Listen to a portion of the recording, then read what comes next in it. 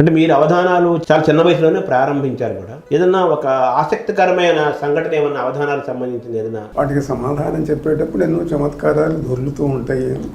ఒకసారి మీరు ఒకసారి ఆకాశవాణిలో అరగంటలోనో గంటలోనో అవధానం చేయమంటే ఇంకా వాళ్ళు ఇచ్చిన సమయం కంటే ఇంకా వేగంగా ఒకసారి చేశారట కదా. కొప్పర ఉండేనేని అదిగో ఇదిగో అని చూచుచుండగా చెప్పును వేల పద్యములు శీఘ్రత రాశివులోన. ఆ భాగవతాన్ని ఎంపిక చేసుకోవడానికి కారణం ఏంటి? వాటిని చూసిన వాడిని కూడా నేనే, నాకు సంతృప్తిగా లేదు. అన్న తిక్కన్న నీకన్నా మిన్న సున్నా అని కొన్ని పద్యాలు రాశారు కదా. సో తిక్కనను అంతగా ఆరాధించిన వాళ్ళు తిక్కన గురించి ఇప్పుడు అనుకోలేదు స్వామి ఏదైనా చేద్దామని? తిక్కనను ఆరాధిస్తాను, పూజిస్తాను. అంటే మీరు ఈ వ్యాయామం అంటే శారీరక ఆకృతిని పెంచేది, బలాన్ని పెంచేది, పొగరునిచ్చేది కదా. శక్తి పెంచుతుంది కానీ పొగరును పెంచుతుంది.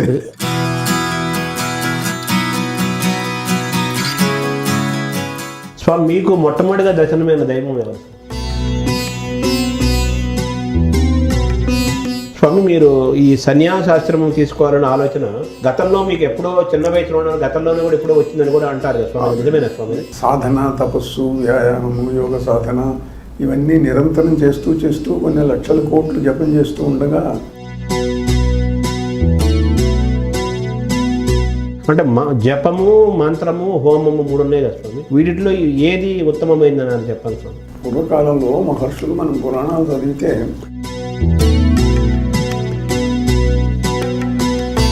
ఎవరైనా హోమం చేసిన వెంటనే సెల్ ఫోన్తో ఒక ఫోటో తీసిన వెంటనే అమ్మవారు ఏదో ఒక ఆకృతి కనిపిస్తూ ఉంటుంది.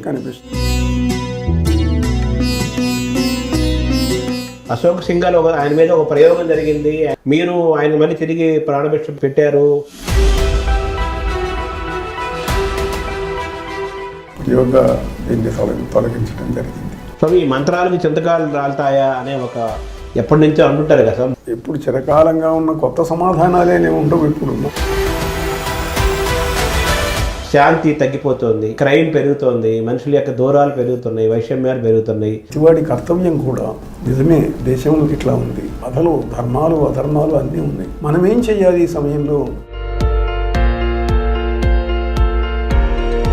పాపాలు చేస్తూ గంగలో మునిగితేనే పోతే పాపం పెరుగుతూనే ఉంది కదా స్వామి. హరియను 2 అక్షరములు హరించును పాతకంబులంబు జనాభా అన్నారు. నేను హరి అన్నాను, కానీ ఆ పాపాలని పోయినట్టేనా?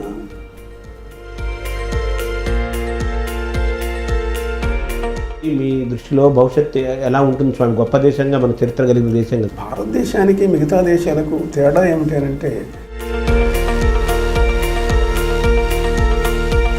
కోట్ల మందిని చేసి సమాజం మొత్తాన్ని ఒక్కసారి మార్చడం అనేటువంటిది జరిగే పని కాదు.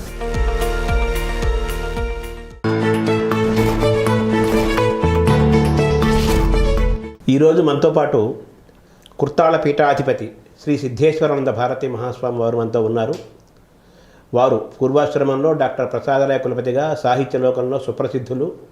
అవధాన విద్య, ఆశు కవిత్వము, మల్ల యుద్ధము, యోగ విద్య, మంత్రశాస్త్రము, తంత్రశాస్త్రము, వ్యాయామము, ముష్టి యుద్ధం, ఇలా అనేక అంశాలలో విభిన్న రంగాల్లో శిఖర సమానమైన ప్రతిభ కలిగి ప్రదర్శనలు చేసి ప్రపంచ ప్రఖ్యాతగాంచిన పూర్వాశ్రమ డాక్టర్ ప్రసాదరాయ కులపతి గారు నేడు కుర్తాళ పీఠాధిపతిగా ఉన్నారు. శ్రీ సిద్ధేశ్వరానంద భారతీ స్వామి.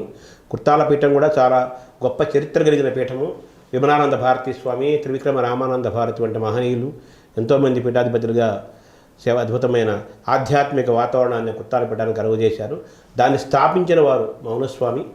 అటువంటి గొప్ప పీఠానికి అధిపతిగా ఉన్న కుర్తాళ స్వామివారు పూర్వాశ్రమంలో డాక్టర్ ప్రసాదరాయ కులపతి గారు ఇటు సాహిత్యము, ఆధ్యాత్మికము, వ్యాయామము, మంత్రశాస్త్రము, తంత్రశాస్త్రము, ఇన్ని విద్యలలో నిష్ణాతులు. హిమవత్ పర్వత సదృశ్యమైన ప్రతిభ కలిగిన స్వామివారిని మనం కలుసుకొని మాట్లాడటం తెలుసుకోవటం చాలా భాగ్యము. నమస్కారం స్వామి. నారాయణ. స్వామి, మీ పూర్వాశ్రమంలో మీ ఒరిజినల్గా పేరేంటి స్వామి? ప్రసాదరావు పోతరాజు. తర్వాత కొంతకాలం ఈ భార్గవ విద్యాదేవ కులపతి అని, అది ఎలా? అదొక పెన్ నేమ్ లాంటిది. పెనులేమి లాంటిది. భృగువంశం మాది భార్గవులు, అందుకని అది అప్పుడు అలా పెట్టుకున్నాం. తర్వాత ఈ ప్రసాదలయ కులపతిగా అలా పేరు మార్చుకోవడానికి అది ఏంటి స్వామి అన్న ప్రేరణ ఉందా? దానికి ఏమిటంటే కొంత దైవ ప్రేరణ, దానివల్ల వచ్చినటువంటి అనుభూతి, దానివల్ల ఆ పేరు అలా మార్చుకోవటం జరిగింది. తర్వాత మీరు ప్రారంభంలో చాలా కాలం అవధానాలు చేశారు.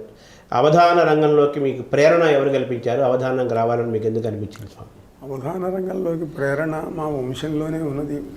మా పితృవంశం, మాతృవంశం రెండిట్లో కూడాను అవధానులు ఉన్నారు. మా ముత్తాత గారు, మా తాతగారు, మా నాయనగారు వాళ్ళు అవధానాలు చేసేవాళ్ళు. మాతామహ వంశంలో కొప్పరపు సోదర కవులు సుప్రసిద్ధులైనటువంటి వ్యక్తులు, జగద్విఖ్యాతులు. ఈ ఇందరి ప్రేరణ ఇంట్లో ఎప్పుడూ ఉంటూ ఉండేది సాహిత్య సంభాషణల్లో. దాని ప్రభావం వల్ల చిన్నతనంలోనే వచ్చింది. అంటే ఏ వయసులో మీరు మొట్టమొదటి అవధానం చేశారు స్వామి? సుమారు 13 సంవత్సరాలు అనుకోండి, 13 ఏళ్ల వయస్సులో చేశాను. మొట్టమొదటి అవధానం కొప్పరంలో చేశారా స్వామి? మొదటి అవధానం కొప్పరంలో చేశాను. అదే బుచ్చిరామయ్య గారు ఆయన అధ్యక్షులుగా ఉండి. సోదర కవుల్లో 3వ వారు బుచ్చిరామయ్య గారు, వారు అధ్యక్షులుగా ఉండగా ఇంకా అవధానం చేయడం జరిగింది. అంటే శతావధానాలు కూడా చేశారా స్వామి? శతావధానాలు కొద్దిగా చేశాను. అంటే మీరు ఏ వయసులో అవధానాలు ఆపేశారు స్వామి? దానికి కారణం ఎందుకు? అవధానాలు ఆపేశారు కదా మీరు త్వరగానే. అవునండి, అది ఎందుకని? అవధానాలు సుమారు 1962 సంవత్సరంలో నేను ఇంతకుముందు చాలా సంవత్సరాలు డిగ్రీతో ఉద్యోగం చేసి ఎంఏ చదువుకోవడానికి వెళ్ళాను. అక్కడ మాకు పింగళి లక్ష్మీకాంతం గారు సుప్రసిద్ధులు, ఆయన మాకు ప్రొఫెసర్గా ఉండేవారు. ఆయన ఏమిటంటే ఈ అవధానాలు వాటితో ఎక్కువ కాలం గడుపుతూ ఉండేటైతే సత్కవిత్వం రాయటానికి కొంత ఇబ్బంది రావచ్చు, ఇవి మానేసేయి, మంచి గ్రంథాలు రాదు కానీ అని చెప్పి ఆయన తన వ్యక్తిగతమైనటువంటి అభిప్రాయాన్ని ఆయన తెలియజేశారు. దాన్ని పాటించడం జరిగింది. అంటే మీకు ఎప్పుడు అది ఆ లోటు అనిపించలేదా స్వామి? ఎందుకంటే మీకు మాతామహ పితామహ వంశం రెండు కూడా అవధాన వంశాలు కాబట్టి, అయ్యో అవధానానికి నేను దూరం అయ్యాను అని మీకు ఎప్పుడు అనిపించలేదా స్వామి? అవధానానికి, వంశ కవిత్వానికి దూరం కాలేదు. దూరం కావటం అంటే అవధానాలు ఆ రూపంలో చేయలేదే కానీ, కూర్చొని ఒక అష్టావధానం, శతావధానం పుచ్చుకలను పెట్టి చేయలేదు. కానీ సభల్లోకి వచ్చిన తర్వాత ఈ సమస్య పూరించండి, దీని మీద పద్యం చెప్పండి అంటే చాలాసార్లు ఎన్నో సభలలో చేయటం జరిగింది. ప్రత్యేకంగా ఆశు కవితా సభలో అన్ఎక్స్పెక్టెడ్గా చాలామంది ప్రేక్షకుల్లో ప్రముఖులైన వ్యక్తులు, పెద్దవాళ్ళు మీరు దీని మీద చెప్పండి అని అంటే నేను చెప్పను అని అనటం బాగుండదు కాబట్టి కూర్చొని అవధానం చేయలేదు. కానీ ఇలాంటివి మాత్రం చాలా చేశాను. అంటే మీరు అవధానాలు చిన్న వయసులోనే మానేశారు, చాలా చిన్న వయసులోనే ప్రారంభించారు కూడా. ఏదన్నా ఒక ఆసక్తికరమైన సంఘటన ఏమన్నా అవధానాలకు సంబంధించింది ఏదైనా ఇప్పటివరకు పంచుకొని ఏదైనా చెప్పగలుగుతారా స్వామి? చరిత్రలో రికార్డ్ అవ్వాల్సిన అంశం ఏదైనా అంటే దాంట్లో ఒకటి ఉన్నది. అవధానాలలో ఎన్నో సమస్యలు ఇస్తుంటారు, ఎన్నో రకాల ప్రశ్నలు అడుగుతూ ఉంటారు. వాటికి సమాధానం చెప్పేటప్పుడు ఎన్నో చమత్కారాలు దొర్లుతూ ఉంటాయి. ఒకసారి వ్యస్తాక్షరి ఒకటి ఇచ్చారు. ఆ ఇవ్వటం ఏమిటి, పదములు లేకుండా ఏదో పురాతనమైన పద్యం, కృధ క్రూర శగ్రి శృతి శృతి నిశ్రూష సుశ్రుతి సృక్సృహములు అని ఇచ్చారు. ఇది గుర్తుపెట్టుకోవడం చాలా కష్టం. ఆ రోజు కాశీ కృష్ణాచార్యులు గారు సభకు అధ్యక్షుడిగా ఉండేవారు. ఆయన కొంత ప్రయత్నించి మానేసి చివరి అవధానం గురించి మాట్లాడుతూ, ఈ మిగతా సమస్యలు కవిత్వాలు అందరూ చెప్తారు, కానీ ఈ వ్యస్తాక్షరి నేను కూడా చూశాను, ఇంత కష్టసాధ్యమైంది, ఇన్ని అక్షరాలు ఉన్నది సులభంగా చెప్పగలిగాడు. నేను సరస్వతీ కంఠాభరణ అన్న బిరుదు విరిగిస్తున్నాను అని చెప్పి ఆ సభలో ప్రకటించాడు ఆయన, కాశీ కృష్ణాచార్య గారు. తర్వాత మీరు ఒకసారి ఆకాశవాణిలో పింగళి లక్ష్మీకాంతం గారు ఆకాశవాణిలో ఉన్నప్పుడు ఎప్పుడో అరగంటలోనో గంటలోనో అవధానం చేయమంటే మీరు ఇంకా అంతకంటే ఇంకా వాళ్ళు ఇచ్చిన సమయం కంటే ఇంకా వేగంగా ఒకసారి చేశారంట కదా స్వామి. ఇప్పటికీ గొప్పగా చెప్పుకుంటారు దాని గురించి. ఆ సందర్భం ఒకసారి చెప్పండి. అంటే అవధానాలు రేడియోలో చేయటం సులభం కాదు అని అనుకున్న రోజుల్లో లక్ష్మీకాంతం గారు ఒక అరగంట అలాట్ చేసి దీంట్లో అవధానం చెయ్యాలి అని అన్నారు. సరే అలానే అన్నాను. ఆయన ఇంట్రడక్షన్ చెప్పటం, అధ్యక్షులుగా ఆ రోజుల్లో ఆంధ్ర యూనివర్సిటీ ప్రిన్సిపల్గా చేసిన విశ్వాపారావు గారు వారు మాట్లాడటము, ఇవన్నీ కలుపుకొని అరగంట అయింది. నేను అవధానం చేసింది 20 నిమిషాలలోనే అన్నీ చెప్పడం జరిగింది. ధారణ చేసి అప్పగించడం జరిగింది. సో ఇప్పటికీ కూడా మీరు పుస్తకాలు చదివి చాలా కాలం అయింది. ఇప్పటికీ కొన్ని వేల పద్యాలు, కొన్ని వేల శ్లోకాలు అలవోకగా మీరు చెప్తారు కదా. ఇంతటి ధారణ మీకు ఎలా సాధ్యమైంది స్వామి? ధారణ అనేది అది కృషి వల్ల వచ్చేది కాదు, అది జన్మాంతర సంస్కారం చేత వచ్చింది. చిన్నతనంలో నేను 5వ ఏట అక్షరాభ్యాసం జరిగిన తర్వాత ఆ మొట్టమొదటి సంవత్సరంలోనే మా నాన్నగారు నాకు అమరకోశము, ఆంధ్రనామ సంగ్రహము కంఠస్థం చేయించారు. అలా ఆ రోజుల్లో చూస్తే వెంటనే వచ్చేవి, ఒకసారి చదివితే వచ్చేవి, గుర్తుండేవి. అలా చాలా సంవత్సరాలు అనేక గ్రంథాలు, కొన్ని వందల వేల పద్యాలు నోటికి రావటం జరిగింది. దానంతటితో వచ్చింది. ఎందుకు వచ్చింది అనేది ఎప్పుడు ఆలోచించలేదు. ఏదో పూర్వజన్మ సుకృతం, గురుకృప, దేవతానుగ్రహం అని అనుకుంటేవారు. అంటే అవధానం 12-13 ఏళ్ల వయసులో మీరు అవధానం చేయబోయే ముందు మీ కవితా వ్యవసాయం అంటే పద్యం రాయటం కానీ అది ఎప్పుడు జరిగింది స్వామి మీ జీవితం? అంతకు సరిగ్గా అవధానం చేయడానికి 1 సంవత్సరం ముందు అనుకోండి.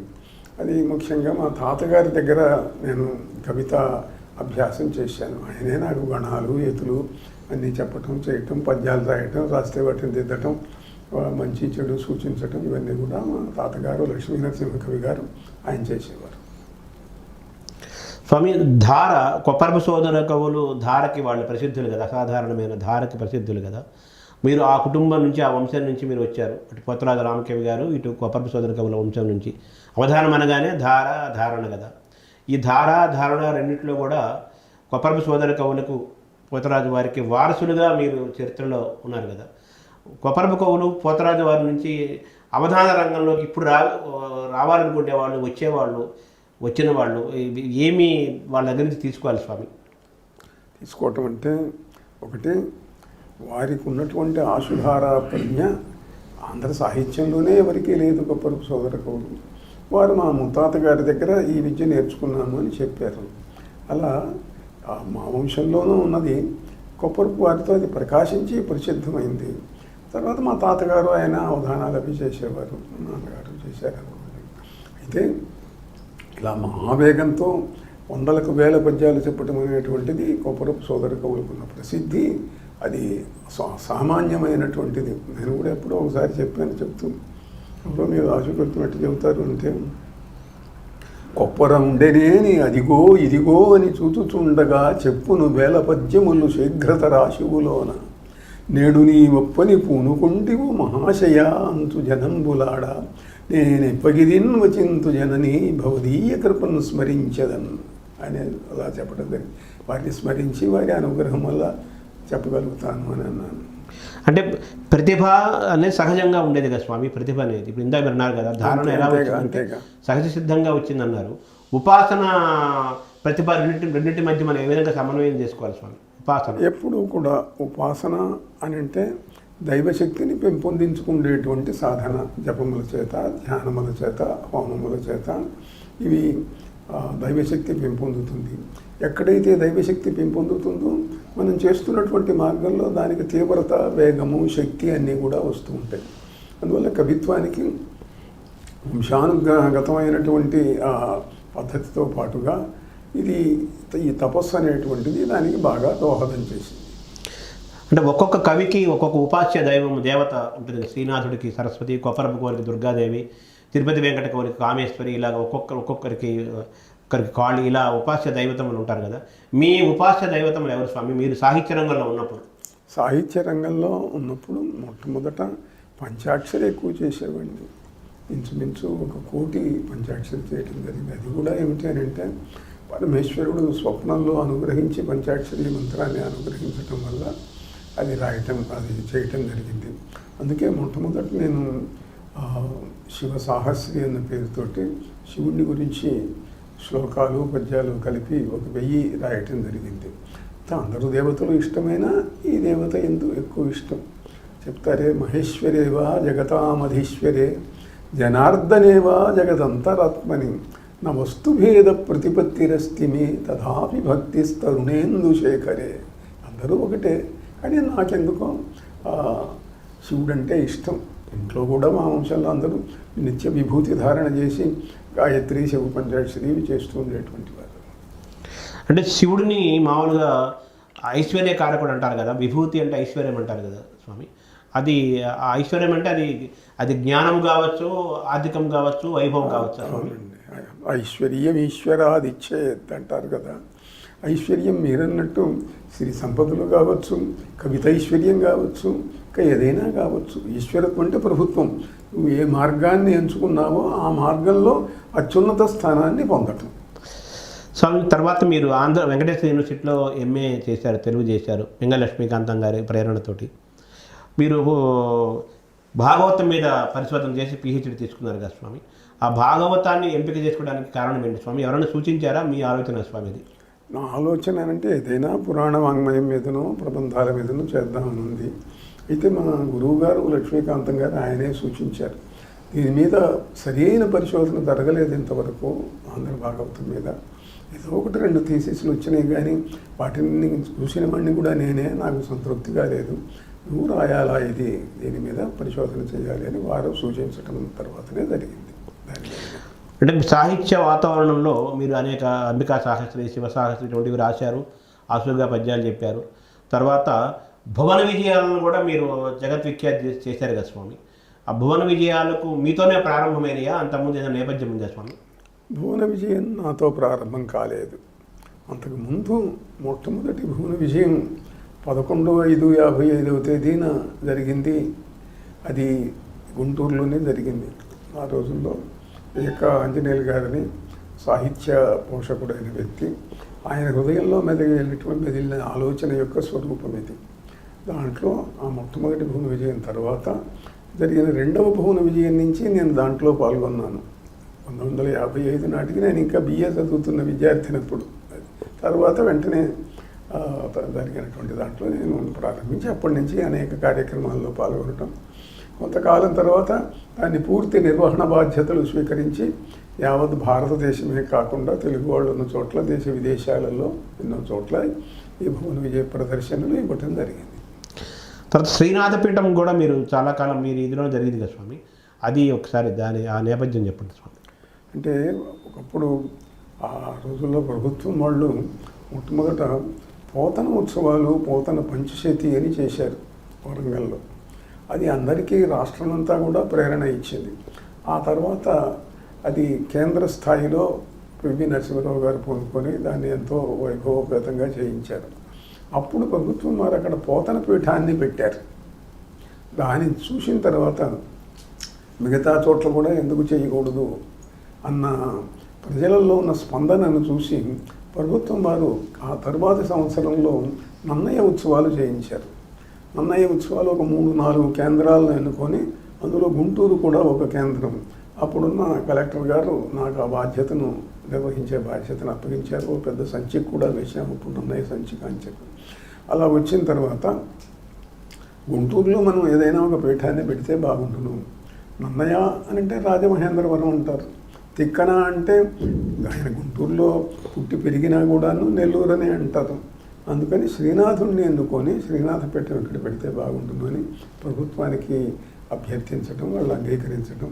అప్పుడు ఒక వరుసగా కలెక్టర్లు దానికి అధ్యక్షులుగా ఉండటం జరిగింది. స్వామి, శ్రీనాథుడు మిమ్మల్ని ఆవహించడం ఒక సంఘటన చాలా ఆసక్తికరంగా చెప్తారు స్వామి. అదేంటి స్వామి? శ్రీనాథుడు ఆయన మరణించిన సందర్భము, తర్వాత ఆయన ఆవహించడం అంటూ ఏం లేదండి. శ్రీనాథుడు ఆవహించటం లేదు. లేకపోతే శ్రీనాథుడి యొక్క స్థితి ఎట్లా ఉన్నాడు ఏమిటి, చివరి రోజుల్లో ఆయన ఏదో చెప్పుకున్నాడు కదా, నేను ఇట్లా బాధపడ్డాను, కష్టాలు పడ్డాను అని చెప్పుకున్నాడు కదా. కవిరాజ కంఠము కవిలించింది కదా. శ్రీనాథపీఠాన్ని పెట్టి అక్కడ ఒక భవనాన్ని నిర్మించిన తర్వాత ఆ భవనంలో శ్రీనాథపేట కార్యక్రమాలు జరుగుతున్నప్పుడు అక్కడికి వచ్చినటువంటి ఒక వృద్ధ యోగి ఆయన శ్రీనాథుడు ఇంకా ఉత్తమ గతులకు వెళ్ళలేదు, ఆయన తిరుగుతున్నాడు అని అన్నారు. అప్పుడు ఆయన గురించి ఎట్లా చేస్తే బాగుంటుందని ఆలోచించి ధ్యానం చేసి ఆయన స్థితి చూస్తే చాలా ఇంకా దీన స్థితిలోనే ఉన్నాడు. ఆయన ఎట్లా ఉన్నాడు ఏమిటి, ఆయన జీవిత చరిత్ర ఏమిటి అని అడిగితే ఏదో కొన్ని విశేషాలు ఆయన చెప్పాడు. అవి కొంత చాలా చిత్రంగా ఉన్నాయి అనుకోండి. అవి మామూలు మనకు చారిత్రకమైన పరిశోధనలకు అందేమి కాదు. అయితే ఏమిటంటే ఆయన చిట్ట చివరి వేయించాడని చెప్పినటువంటి ఒక శిలా శాసనం మాత్రం నాకు దొరికింది. దాంట్లో ఆయన విషప్రయోగం వల్ల మరణించినట్లుగా కనిపిస్తున్నది. శిలాశాసనం ఇప్పుడు ఎక్కడుంది స్వామి? అది అసలు శాసనం నా దగ్గరే ఉంది. మీ దగ్గర అది మన కాళీపీఠంలో ఉందా స్వామి అక్కడ? ఉంది. అదే ఇప్పుడు శ్రీనాథుడు వాడు గుంటూరు ప్రాంతం కింద వస్తారు స్వామి ఒరిజినల్గానే. గుంటూరు ప్రాంతమే కదా. అదే పాకనాడు అంటారు కదా, పాకనాడు. అదే అదే. ఇప్పుడు తిక్కన గారికి గుంటూరుతో చాలా అనుబంధం ఉంది కదా, వాళ్ళ తాతగారు భాస్కర మంత్రి వాళ్ళంతా కూడా. ఇప్పుడు తిక్కన గారి బాల్యం అంతా గుంటూరులో గడిచిందన్నది అది వాస్తవమే కదా స్వామి. అవును. తర్వాత మీరు పోతనని ఎంచుకోవడానికి ఏమైనా కారణం ఉందా స్వామి? మీ పైన పోతన గారి ఆకర్షణ ప్రత్యేకమైనది ఏమైనా ఉందా? పోతన అంటే ఆంధ్రదేశంలో ఎవరికైనా సరే పోతన పద్యాలు రాని వాళ్ళు ఎవరు, పోతన అంటే ఆకర్షించబడని వాళ్ళు ఎవరు ఉండరు. ఇంతకుముందు పిహెచ్డికి సంబంధించినంత వరకు చెప్పాను నేను. ప్రొఫెసర్ గారి యొక్క ఆదేశం వల్ల ఆ సబ్జెక్ట్ మీద చేయటం జరిగింది అని చెప్పి, అందువల్ల అది ఒక గ్రంథంగా తీసుకొని రావటం. తర్వాత ఈ దేశంలో భాగవత సప్తాహాలు చేయటం ఉన్నంత ఇష్టం సాహిత్య రంగంలో మిగిలిన వాటి మీద లేదు. అందువల్ల ఎన్నోసార్లు భాగవత సప్తాహాలు చేయటం, వాటి మీద ప్రసంగాలు చేయటం జరుగుతుంది. అంటే మీరు గతంలో అన్న తిక్కన్న నీకన్నా మిన్న సున్నా అని కొన్ని పద్యాలు రాశారు కదా. సో తిక్కనను అంతగా ఆరాధించిన వాళ్ళు తిక్కన గురించి ఇప్పుడు అనుకోలేదు స్వామి ఏదైనా చేద్దామని? తిక్కనను ఆరాధిస్తాము, పూజిస్తాము, గౌరవిస్తాము. తిక్కన పద్యాలు కూడా నాకు కొన్ని వందలు వచ్చు నాకు. అయితే ఏమిటంటే భక్తితో పరవశించినప్పుడు పోతన గారే మనస్సులో మెదులుతూ ఉంటారు. సో మీ పైన ప్రభావం బాగా మిమ్మల్ని ప్రభావితం చేసిన ప్రాచీన కవులు, ఆధునిక కవులు ఎవరు స్వామి? ప్రాచీన కవులలో శ్రీనాథుడు నన్ను ఎక్కువ ప్రభావితం చేశాడు. ఆయన పద్యాలు, ఆయన రచనా ధోరణి, మార్గము నాకు చాలా ఇష్టం. తిక్కన గారు పూజ్యుడైన వ్యక్తి, ఈయన ఆకర్షణ శ్రీనాథుడు అంటే. ఆధునిక కవులు స్వామి మీకు కరుణశ్రీ పద్యాలు కూడా కొన్ని ఎన్నో వేల పద్యాలు వచ్చు, కొబ్బరిపోల పద్యాలు కొన్ని వందలు వచ్చు మీకు. ఆధునిక కవులలో ముఖ్యులైన వ్యక్తులందరివి కూడా అభిమానమే నాకు. దేవులపల్లి కృష్ణశాస్త్రి, కరుణశ్రీ ఇట్లాంటి మహనీయులందరి యొక్క వెంకట పార్వతీశ్వర కవులు. సరే అధునాతనము పూర్వము మధ్యకాలంలో ఉన్న తిరుపతి వెంకట కవులు, సరే అది ఇంకా చెప్పవలసిన పని లేదు. అది స్వామి ఆసువుగా చెప్పిన పద్యాలలో కవిత్వాంశం ఉండదు, కూర్చొని రాస్తే కవిత్వం బాగుంటుంది అనేది కూడా కొంతమంది రాయపూర్ సుబ్బారావు చాలామంది అపప్రతి ఇప్పటికీ కూడా అది అంటుంటారు కదా. అవధాన పద్యాల్లో కానీ ఆసుగా చెప్పిన పద్యాల్లో కానీ అంత రసము అంత ఇది ఉండదంటారు కదా. దాంతో మీరు ఏకీభవిస్తారా? దాన్ని మీరు ఎలా చూడాలి స్వామి? మనం సహజమైనటువంటి కవులకు ఒక భావావేశం వచ్చినప్పుడు కవిత్వం దానంతటిది వస్తుంది. అంటే ఎమోషనల్ ఆస్పెక్ట్ వచ్చినప్పుడు అది ఆలోచించి చెప్పాలా, ఆలోచించకుండా చెప్పాలా అనేది ఉండదు, దానంతటిది వస్తుంది. అది ఆ వ్యక్తి యొక్క శక్తి మీద ఆధారపడుతుంది. కొందరు ఏమిటంటే సహజమైన ఆవేశం లేకపోయినా కూడా ఏదైనా ఒక దాని మీద చెప్తే బాగుండును అని ఎవరన్నా అంటే వెంటనే చెప్పటం జరుగుతుంది. అది మనం కాళిదాసు కాలం నుంచి చూస్తున్నాము, శ్రీనాథుడి కాలం నుంచి చూస్తున్నాము. మహనీయులైనటువంటి వ్యక్తులు అందరూ కూడా అలా తమకు భావావేశం వచ్చినప్పుడు, ఏ మహారాజు ఆత్మీయుడో ఆప్తుడో చెప్పినప్పుడు, లేకపోతే ప్రకృతిలో ఉన్నటువంటి ఏదైనా ఒక సన్నివేశం తనకు ప్రేరణ కలిగించినప్పుడు చెప్పడం అనేటువంటిది శక్తి కలిగిన వాడికి దానికి ఆ ప్రశ్నే ఉదయించదు అసలు. స్వామి తిక్కన గారిని ఆయన భవ్య కవితావేశము అన్నారు కదా తిక్కన గారు. అంటే ఆయన రాశారా స్వామి? ఆయన ఆశువుగా చెప్పారా స్వామి భారతాన్ని? ఆశువుగా చెప్పాడని మనకు కథ వినిపిస్తున్నది. దాన్ని కాదనటానికి ఆధారాలేం లేవు. ఇప్పుడు ఒక కథ వ్యాపించినప్పుడు దాన్ని అసత్యం అనటానికి ఆధారాలేం లేవు. ఆయన చెప్తూ పోయినాడు, శిష్యుడు రాస్తూ వచ్చాడు. గురునాథుడు ఏమి చెప్పుదు గురునాథ అని అంటారు. అట్లా అందువల్ల ఆశువుగా చెప్పగలమాట ఆయన చెప్పాడు, రాశారు. స్వామి మీలో ఇంటల్లా కవిత్వ వాతావరణము, అవధాన వాతావరణము. మీరు వ్యాయామంలో కఠోరమైన వ్యాయామం సాధన చేశారు, యోగాసనాలు అవన్నీ చేశారు. దానికి ఏంటి స్వామి పూనిక ఏంటి స్వామి మీకు? అంటే ఒకటి నాకు తెలిసి మా తాతగారు చాలా బలాఢ్యుడు, ఆయన చాలా బలసంపన్నుడైనటువంటి వ్యక్తి. ఒకసారి ఒక మదించినటువంటి మహిషంతో కూడాను ఆయన పోట్లాడటం జరిగింది. ఎదురుగా వస్తే దాన్ని పట్టుకొని నెట్టేసి దాన్ని పడగొట్టేశాడు. అట్లా శారీరకమైనటువంటి బలనిష్ట కూడా మా వంశంలో ఉన్నది. అది నాకు సంక్రమించింది. లోకంలో ఎట్లా ఉంటుందంటే మనకు భగవద్గీతలో చెప్తారు, ఏ సంస్కారం పూర్వజన్మలో ఉంటే దానికి తగ్గవాళ్ళు వస్తూ ఉంటారు జీవితంలోకి అని చెప్పి. అలానే నాకు కూడా ఏమైందనంటే కాస్త వయస్సు వచ్చిన తర్వాత ఏమైనా వచ్చిన తర్వాత వ్యాయామశాల ఉన్నామని తెలియటము, అక్కడికి పోయి గురువులను ఆశ్రయించటము, ఈ విద్యలు నేర్చుకోవటము జరిగింది. అంటే మీరు కఠోరంగా చేశారు కదా స్వామి, రోజుకి 1000 నేలదండీలు 2000 బస్కీలు తీసేవారు. తర్వాత వ్యాయామంతో పాటు యోగాసనాలు కూడా చాలా కొన్ని గంటల పాటు వేసేవాళ్ళు కదా. అంటే వ్యాయామాన్ని యోగాన్ని మీరు ఏ విధంగా మిళితం చేశారు? సమన్వయం అంటే ఒకటి ఉన్నది. వ్యాయామం చేయటము అని అంటే శరీరాన్ని బలాఢ్యంగా చేసుకోవాలి, పుష్టికరమైన ఆహారం తీసుకోవాలి. ఆ తీసుకోవటం వల్ల వచ్చిన శక్తితోటి బలం పెంపొందుతుంది.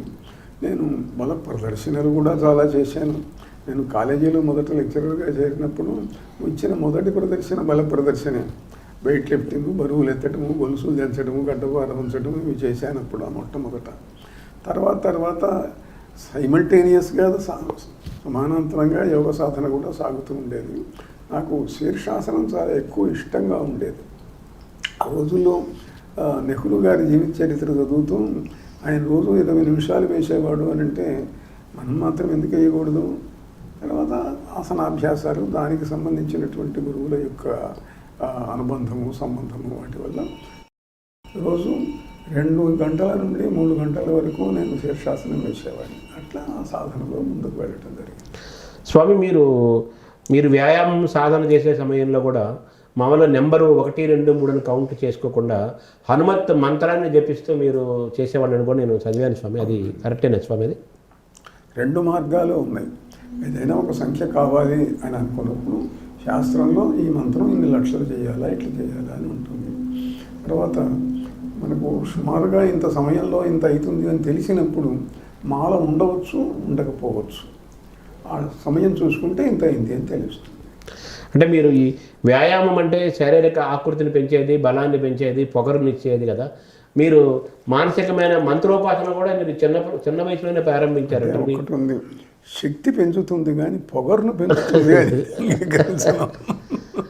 అది వ్యక్తి యొక్క గుణాన్ని బట్టి ఆశ్రయించి ఉంటుంది. అదే స్వామి, మీరు దాన్ని ఎలా బ్యాలెన్స్ చేసుకున్నారు? అంటే ఒకటి ఉంది, ఆత్మవిశ్వాసం ఉంటుంది, దాన్ని ఒక్కోసారి అహంకారంగా భాషించవచ్చు. అదే స్వామి. అంతే. అంటే మీరు మంత్ర సాధన అనేది మీకు ఏ వయసులో ప్రారంభమైంది స్వామి? మంత్ర సాధన కూడా ఇంచుమించు ఈ అవధానాలు, వ్యాయామము ప్రారంభమైనటువంటి వయసు నుంచి వచ్చింది. దానికి ఎవరు స్వామి మీ మంత్రం చేయాలనే ఆలోచన మీకు ఎలా వచ్చింది స్వామి చిన్న వయసులో? చిన్న వయసులో రావటం అనేటువంటిది గ్రంథ పఠనం మీద, వాటి మీద యోగులు, తపస్సులు, వాళ్ళ జీవిత చరిత్రలు చదవటాలు, వాటి మీద ఆధారపడి ఉంటుంది. తర్వాత ఆ తరంలో ఎక్కువగా ఏమిటి అని అంటే రామకృష్ణ పరమహంస జీవిత చరిత్రలు, వివేకానంద చరిత్రలు, ఇవన్నీ చాలా ప్రసిద్ధిగా ఉండేవి. అవన్నీ కూడా ప్రభావితం చేసినాయి. దానివల్ల ఏమిటంటే మంత్ర సాధన చేయాలి, వాసన చేయాలి, దాని యోగుల చరిత్రలు చదవటం, మహనీయుల యొక్క గ్రంథాలు చూసిన మీదట ప్రేరణ వచ్చింది. దాంట్లో నుంచి ప్రవేశించింది. అంటే కావ్యకంఠ వాసిష్ఠ గణపతి ముని ప్రభావం మీపైన ఏమైనా ఉందా స్వామి? ఈ కవిత్వము, ఉపాసన రెండింటిలో ఉంది. ఆయన రాసినటువంటి గ్రంథాల యొక్క ప్రభావం, ఆయన చేసిన తపస్సు యొక్క ప్రభావం ఉన్నది. ఆయన ఇంద్రాణి చిన్నమస్తా సాధన చేసి ఆయన మహాసిద్ధుడైన సంగతి ఆయన జీవిత చరిత్రలో ఉన్నది. ఆయన గ్రంథాలు చదివిన మీదటనే నేను ఈ వజ్రభైరోచని సాధనలోకి ప్రవేశించి ఆ మంత్ర సాధన చేయటం, ఆ దేవతను గురించి ఐంద్రియ సాహస్రి అని చెప్పి 1000 శ్లోకాలు, పద్యాలు రాయటం జరిగింది. కావ్యకంఠ వాసిష్ఠ గణపతి మునికి కపాల భేదం జరిగిన తర్వాత కూడా గొప్ప వెలుగుతో చాలా కాలం జీవించారంటారు కదా స్వామి, నిజమే కదా స్వామి? అది నిజమే ఉన్నది, ఆయన జీవిత చరిత్రలో ఉన్నది. ఆయన కపాల భేదనం జరిగింది తిరువణ్ణామలలో రమణాశ్రమంలో గుహలో ఉండగా జరిగింది. అక్కడికి ఆ సమయానికి మహర్షి కూడా వచ్చారు, అందరూ చూశారు దాన్ని. తర్వాత దాన్ని శమించింది. శరీరంలో ఆ తేజస్సు ఉన్నది. ఆ తేజస్సు యొక్క ప్రభావం తర్వాత చాలా కాలం ఆయన జీవితం మీద ఎప్పుడూ ఉంటూనే ఉండేది. ఆయన ఏదైనా లోహం ముట్టుకుంటే బంగారంగా మారేది, ఆయన శరీరాన్ని ముట్టుకుంటే విద్యుత్ యంత్రాన్ని ముట్టుకున్నట్టుగా ఉండేది. స్వామి, మీరు ఈ సన్యాసాశ్రమం తీసుకోవాలనే ఆలోచన, అంటే ఇలాంటి రావాలనే ఆలోచన గతంలో మీకు ఎప్పుడో చిన్న వయసులో గతంలోనే కూడా ఎప్పుడో వచ్చిందని కూడా అంటారు కదా స్వామి, నిజమేనా స్వామి? నిజమే. ఏ వయసులో వచ్చింది స్వామి అది మీకు? సుమారుగా 20 ఏళ్ళు ఆ ప్రాంతంలో కాలేజీలో పనిచేస్తూ ఉన్న రోజుల్లోనే ఈ సాధన, తపస్సు, వ్యాయామము, యోగ సాధన ఇవన్నీ నిరంతరం చేస్తూ కొన్ని లక్షల కోట్లు జపం చేస్తూ ఉండగా ఆ దేవతా ప్రేరణ వల్ల ఇవన్నీ వదిలేసేద్దాము అని అనిపించింది. అయితే అప్పుడంటే పెద్దల అనుమతి కావాలి, సన్యాసం కావాలి అని అంటే కొన్ని శాస్త్ర నియమాలు ఉన్నాయి. ఇంటికి పెద్ద కొడుకును కావటం మూలాన తల్లిదండ్రులు ఒప్పుకోలేదు. తర్వాత నెమ్మదిగా మారిపోయింది, కుటుంబ జీవితంలోకి ప్రవేశించడం జరిగింది. మళ్ళీ తర్వాత కొన్నాళ్లకు వచ్చింది. అంటే మీరు పీఠాధిపతి కాకముందు మీ దైనందిన చర్యలో వ్యాయామము, యోగము, సాహిత్య అభ్యాసంతో పాటు ఈ మంత్రోపాసన, మంత్ర సాధన పెరుగుతూ వచ్చిందా స్వామి? పెరుగుతూ వచ్చింది, దాంట్లో మాత్రమే సందేహం లేదు. అంటే ఒకటి, బ్రహ్మచర్యంతో ఉన్నప్పుడు సంసార జీవితానికి ముందు రోజు ఏదైనా సెలవులు వస్తే ఒక్కోసారి రాత్రిపూట సాయంకాలం కూడా కూర్చుంటే తెల్లారుజాము దాకా జపం చేసేవాడిని. అట్లా రోజుల తరబడి జపం చేయటం, రోజు 12 గంటలు 16 గంటలు చేయటము. సెలవులు వచ్చినప్పుడు ఇప్పట్లాగా కాకుండా కాలేజీలలో ఆ రోజుల్లో సెలవులు ఎక్కువ ఉండేవి. మాకు ఎండాకాలం వస్తే 100 రోజులు సెలవులు ఇచ్చేవాళ్ళు. అందువల్ల 100 రోజులు అని అంటే ఆ రోజుల్లో పొద్దున్న లేస్తే పొద్దున కూర్చొని జపం చేసుకోవడానికి కూర్చుంటే మళ్ళీ రాత్రికి లేచేవాడిని. లేచి అప్పుడు ఏదో అల్పాహారం తీసుకోవటం అట్లా జరుగుతూ వచ్చింది. అందువల్ల అప్పుడు చాలా తీవ్ర సాధన అప్పుడు జరిగింది. తర్వాత మాధ్యమికంగా సంసార బాధ్యతలు ఉన్నప్పుడు కూడా చేస్తూ వచ్చాము. తర్వాత ఎక్కువ నేను ఈ యజ్ఞాలకు, హోమాలకు ప్రాధాన్యం ఇవ్వటం జరిగింది. అది ఏమిటంటే జపం కంటే కొన్ని 100 రెట్లు శక్తి కలిగింది కాబట్టి అంత సమయాన్ని వినియోగించకపోయినా శక్తి మాత్రం వస్తుంది. అంటే జపము, మంత్రము, హోమము 3 ఉన్నాయి కదా స్వామి, వీటిలో ఏది ఉత్తమమైందని చెప్పాలి స్వామి? అంటే మంత్రం జపం చేయటం వల్ల మనస్సు నెమ్మదిగా జపంలో నుంచి ధ్యాన స్థితిలోకి వెళుతుంది. అంటే జపం దాదాపు తగ్గిపోయి, జపం పూర్తిగా పోయి కేవలం దేవత చైతన్యం మాత్రమే ఉంటుంది. అది ధ్యాన మార్గంలోకి నెమ్మదిగా దారితీస్తుంది, ఆ స్థితి వస్తుంది. హోమం అనేది ఏమిటి అని అంటే అది అత్యంత శక్తి సంపన్నమైనటువంటి ఒక విధానం. పూర్వకాలంలో మహర్షులు, మనం పురాణాలు చదివితే ఏది కావాలన్నా యజ్ఞం చేసేవాళ్ళు. పిల్లలు కావాలి, పుత్రకామేష్టి, రాజ్యం కావాలి, రాజసూయాగం, లేకపోతే ప్రపంచాన్ని జయించాలి, అశ్వమేధ యాగం, మరొకటి ఇవన్నీ దేనికైనా యజ్ఞం. యజ్ఞంలో శక్తి ఏమిటి అని అంటే జపం కంటే కొన్ని 100 రెట్లు ఎక్కువ శక్తి ఉంటుంది. అగ్నిలోకి దేవతలు తొందరగా వస్తారు. మంత్రంలో, ధ్యానంలో ఏమిటి అని అంటే ఏకాగ్రత ఉంటే తప్ప పరిపూర్ణమైన సిద్ధి రాదు మంత్రంలో. యజ్ఞంలో ఏకాగ్రతతో సంబంధం లేదు. అగ్ని బాగా మండుతున్నదో లేదో చూసుకోవాలి, మనం స్పష్టంగా ఉచ్చరించి ఆహుతి వేస్తున్నామో లేదో చూడాలి. ఆ వస్తువు యొక్క సహాయం కూడా ఉంటుంది. ఏ వస్తువుతో చేస్తే ఏ ఫలితం వస్తుంది. అందువల్ల యజ్ఞం అనేటువంటిది చాలా వేగంగా దివ్యశక్తిని సంపాదించి పెట్టేటువంటి సాధనం. స్వామి, ఇప్పుడు ఈ హోమం చేసిన సందర్భంలో ఆ అగ్నిలో నుంచి ఏదో కొంతమంది దేవతల యొక్క ఆకృతులు కనిపిస్తూ ఉంటాయి అంటుంటారు. అది ఎంతవరకు వాస్తవం స్వామి? దాన్ని ఎలా మనం చూడాలి స్వామి? అంటే చూడటము అన్న దాని దగ్గరికి వచ్చేసరికి సాధకుడైన వ్యక్తికి విషన్ డెవలప్ అవుతుంది, దివ్య దృష్టి వికసిస్తుంది, మూడవ కన్ను కొంచెం తెరుచుకుంటుంది. దానివల్ల అతడు చూడగలుగుతాడు. కానీ ఇతరులకు తెలియదు ఆ విషయం, వాళ్ళకి ఆ శక్తి లేదు కాబట్టి. చాలాసార్లు ఏమవుతుంది అని అంటే అగ్నికుండంలో కొన్ని ఆకృతులు కనిపించడం అనేది ఇతరులకు కూడా కనిపిస్తూ ఉంటుంది సమయంలో. అట్లా కాక చాలాసార్లు ఫోటోలు తీస్తే ఆ ఫోటోలలో అగ్ని కనపడటం అనేటువంటిది, దేవత కనపడటం అనేటువంటిది జరుగుతూ ఉంటుంది. అది విశ్వ హిందూ పరిషత్ అధ్యక్షులు అశోక్ సింఘాల్ ఆయన స్వయంగా కూర్చొని ఆయన చేత హోమం చేయిస్తే ఆయనకు కనిపించింది. ఫోటో తీస్తే ఆ ఫోటోలలో భైరవ హోమం చేస్తే భైరవుడు, శునకము స్పష్టంగా పడ్డాయి. ఇలాంటివి చాలా కనిపిస్తూ ఉంటాయి. ఇటువంటి ఉదాహరణలు ఎన్నో ఉన్నాయి నా జీవితంలో. అంటే మామూలు ఇప్పుడు ఈ కాలంలో కూడా మనం చూస్తున్నాం, ఎవరైనా హోమం చేసిన వెంటనే సెల్ ఫోన్తో ఒక ఫోటో తీస్తారు. తీసిన వెంటనే అమ్మవారు ఏదో ఒక ఆకృతి కనిపిస్తూ ఉంటుంది. అది మనం ఊహాజనితమైన చిత్రం అనుకోవాలా? అది ఒరిజినల్ మన ఊహ కాదుగా. అది అందువల్ల స్పష్టమైన ఆకృతి కనిపించినప్పుడు అదొక నిదర్శనంగా భావించటం, దాంట్లో తప్పు లేదు. స్వామి, అశోక్ సింఘాల్ విషయం తీసుకొచ్చారు మీరు స్వామి. అశోక్ సింఘాల్ ఆయన మీద ఒక ప్రయోగం జరిగింది, ఆయన మీద జరిగిందన్న టైంలో మీరు ఆయన మళ్ళీ తిరిగి ప్రాణభిక్ష అది పెట్టారు. తర్వాత చివరి వరకు ఆయన మీ పట్ల అపారమైన భక్తితో ఆయన ఉన్నారని చెప్పి అని చదివాను స్వామి. అది వాస్తవం కొంచెం ఆ సందర్భం? అది వారే చెప్పారు. ఇప్పుడు ఆయన మీద ప్రయోగం జరిగింది, ఆయన అనారోగ్యం పాలై స్వస్థలానికి ఆయన ఢిల్లీ విడిచిపెట్టేసి స్వస్థలానికి వెళ్ళినప్పుడు నాకు బాగా ఆప్తుడు అంతకు ముందు నుంచి ఆయన ఆహ్వానిస్తే వెళ్ళాను. వెళ్ళి ఆ ప్రయోగ దీన్ని తొలగించడం జరిగింది. ఆ ప్రయోగ వస్తువులు కూడా ఢిల్లీలోని ఆయన ఆఫీస్ ముందు తవ్విస్తే కొన్ని అక్కడ ప్రయోగ వస్తువులు కనపడ్డాయి. ఒక బొమ్మ, దానికి ముళ్ళు గుచ్చి ఉండటం, ఎముకలు ఇవన్నీ కూడా కనపడ్డాయి. అవి తీసి ఎములో పారేయించేసాను.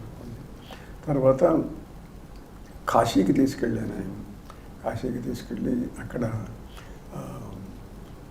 కాలభైరవుడి యొక్క లార్డ్ భైరవుడు అని అంటారు, కపాల భైరవుడి దగ్గర ఆయన చేత హోమం చేయించాను. ఆయన అన్నాడు, నేను ఆహుతులు వెయ్యలేను, నా చేతులు సహకరించడం లేదు, వేళ్ళు వణుకుతుంది అంటే, వేస్తారు వేయండి అన్నాను. వేశాడు. అరగంట తర్వాత ఇంకా మీరు హాయిగా ఇంటికి వెళ్ళొచ్చు అన్నాను. నేను లేవలేను, కూర్చొని మోసుకురావటమే గార్డ్స్, అక్కర్లేదు, మీరు ఇంక బయలుదేరి వెళ్ళొచ్చు. ఆయన అలా నడిచి వెళ్ళారు. తర్వాత చాలా కాలం ఉన్నారు. అది ఆయన పబ్లిక్ మీటింగ్స్లో చెప్పారు. ఇటీవల కూడా ఆయన అనుచరుడు ఇటీవల విశాఖపట్నంలో విశ్వ హిందూ పరిషత్ సమావేశంలో చెప్తూ ఈ సంఘటన మొత్తం ఆయన వివరించాడు. అంటే ఆయన మీద ప్రయోగం జరిగిందని మీకు దర్శనమైందా స్వామి? అది ఆయన గుర్తించారా స్వామి? అది ఆయన గుర్తించారా లేదా అనేది ఆయనకు బాధపోయింది. ఈ ఫోటోలలో దర్శనాలు, అగ్నిలో దర్శనాలు వరకు ఆయనకు ఆరోగ్యం వచ్చింది. తర్వాత ఆయన చెప్పాడు, నేను ఈ ప్రయోగ నివారణ జరిగిన తర్వాత నేను 5,000 మైళ్ళు రోడ్డు మీద ప్రయాణం చేయగలిగాను అని చెప్పి ఆయన స్వయంగా కుర్తాళం వచ్చి కొద్ది రోజులు ఉండి హోమాలు చేసుకున్నాడు. మన హోమం యొక్క ప్రయోజనము, మంత్రం యొక్క ప్రయోజనం అనే దానికి ఎంత ఎంత గొప్పగా ఉండడానికి అనేక ఉదాహరణలు చెప్పచ్చు. అందులో ఇదొక ఉదాహరణ. స్వామి, ఇప్పుడు ఈ మంత్రోపాసన వచ్చేసరికి మీరు కోట్లాది మంత్రాలు మీరు జపించారు. అంటే ఇష్టదేవత మంత్రమైనా లేదా అనేక దేవతలను కూడా మీరు మంత్రోపాసన చేశారు కదా స్వామి. దాన్ని ఎలా మనం చూడాలి స్వామి? ఒక దేవత మంత్రం చేయాలా, అనేక మంది దేవతలు మంత్రాలు చేయాలా? ఆ కన్ఫ్యూజన్ ఎలా స్వామి? దీంట్లో ఒక సిద్ధాంతం ఉన్నది. ఒకటి, ఇష్టదేవత ఒక మహాదేవత, జీవితాన్ని రక్షించే దేవతగా ప్రతి వ్యక్తి ఒక దేవతను ఎన్నుకుంటారు, సాధన చేస్తారు, తపస్సు చేస్తారు. కానీ ఏదైనా పనులు కావాల్సి వచ్చినప్పుడు చిన్న చిన్న మంత్రాలు, పెద్ద దేవతలను ప్రతి పని అడగటం దేనికి అని చెప్పి చిన్న వాటిని అడుగుతూ ఉంటారు. ఇప్పుడు డాక్టర్ ఉన్నాడు అనుకోండి, ఒక్కో వ్యాధికి ఒక్కో మంది ఇస్తాడు. అట్లనే ఒకడు అనారోగ్యంతో వస్తాడు, వాడికి ఒక మంత్రం, ఇంకోళ్ళు ఇంకో పనితో వస్తారు. పెళ్లి కావాలా, తేలు మంత్రమే దానికి కూడా వేయడానికి లేదుగా. అందువల్ల ఆయా అవసరాలను బట్టి ఆయా మంత్రాలు చెప్పటం, చేయించటం, హోమాలు చేయించటం, కార్యసిద్ధి కలిగించటం ఇది జరుగుతున్నది. అంటే మీరు ఉపాసనలో ఉన్నప్పుడు మీ మంత్రోపాసన అనేక దేవతల యొక్క దర్శనాలు కూడా మీకు జరిగినట్టుగా చెప్పారు స్వామి. అది ఒక దేవత దర్శనం జరిగినప్పుడు అది చాలా దాన్ని తట్టుకోవడం కష్టమో, లేకపోతే అనుభవం అనేది చాలా ఇదిగా పెద్ద స్థాయిలో ఉంటుంది అంటారు కదా స్వామి అని చదివినప్పుడు తెలుస్తుంది. అది మీకు ఆ దర్శనాలు జరిగినప్పుడు జరిగినప్పుడు మీరు ఎటువంటి అనుభూతిని పొందారు స్వామి? అనుభూతి పొందటం అనేది వ్యక్తి యొక్క నిష్ఠ మీద, సాధన మీద ఆధారపడుతుంది. ధ్యానంలో మన తపస్సు వల్ల వాళ్ళు అనుగ్రహించి కనిపించినప్పుడు మనకు ఏ ఇబ్బంది ఉండదు. లేకపోతే ఏంటంటే మనం కొన్ని శక్తులను ఆవాహనం చేసినప్పుడు శరీరం విద్యున్మయంగా మారటం, కాస్త ఆ శక్తి తట్టుకోవటం కష్టమని అనిపించడం ఉంటుంది. నాకు ఎప్పుడు అట్లా ఏమనిపించలేదు. శక్తి రావటం తెలుస్తుంది. శక్తి కులపతే కాయే ప్రభవంతి సనాతని, సనాతనమైన ఆ శక్తి నా శరీరంలో ప్రవహిస్తూనే వస్తుంది. దానివల్ల నాకు సంతృప్తి, శక్తి లభిస్తూనే. అంటే నిజంగా దేవత దర్శనం జరిగితే దాని విధి వేరే ఉంటుందంటారు కదా, విశ్వరూప దర్శనం లాగా, కృష్ణుడిలాగా. అది కరెక్టేనా స్వామి ఆ మాట? అంటే దర్శనాలలో చాలా రకాలు ఉంటాయి. కేవలం ధ్యానంలో చేసేటువంటి వ్యక్తికి ధ్యానంలో కొన్నిసార్లు దర్శనాలు కనిపిస్తూ ఉంటాయి. కనిపించగానే వాళ్ళు వచ్చి మనకు శక్తులన్నీ ఏమి ఇవ్వరు. ధ్యానంలో అదొక అనుభూతి మాత్రమే. తపస్సు చేసిన కొద్దీ మనం ఎంత తపస్సు చేస్తే అంత అనుగ్రహాన్ని ఇస్తారు వాళ్ళు. ఇప్పుడు ఒకసారి కళ్ళు మూసుకోగానే దేవత ధ్యానంలో ఏకాగ్రత ధ్యానంలో దేవతను చూసే శక్తి రాగానే నాకు సమస్త ప్రపంచాన్ని జయించే శక్తి ఉంటే ఇవ్వరు. చెయ్యాలా, సాధన చేయాలి, దేనికి ఎంత అవసరమో అంత చేయాలి. అంటే దానికి జన్మల యొక్క ప్రభావం ఉంటుందంటారు స్వామి ఇందులో కూడా? పూర్వజన్మ యొక్క ప్రభావం సంస్కార రూపంలో వచ్చి ప్రారంభింపజేస్తుంది, వేగంగా సిద్ధి కలిగేటట్లుగా చేస్తుంది. అది మనకు భగవద్గీతలో కృష్ణుడు చెప్పాడు, యోగభ్రష్టోభిజాయతే. యోగభ్రష్టుడైనటువంటి వ్యక్తి రెండు రకాలుగా ఉంటారు. ఒకటి శ్రీమంతుడై పుట్టి ఆ పుణ్యాన్ని అనుభవిస్తాడు.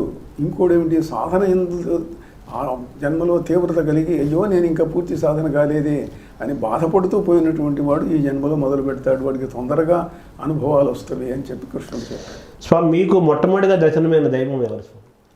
దర్శనమైంది శివుడు, ఆ తర్వాత వజ్రవైరోచని అమ్మవారు. సరే, ఇప్పటికీ మీకు ఆ దర్శనాలు జరుగుతున్నాయి స్వామి? ఉంటాయి. ధ్యానం చేసినప్పుడు వాళ్ళ అనుగ్రహం వల్ల అప్పుడప్పుడు వస్తుంటాయి.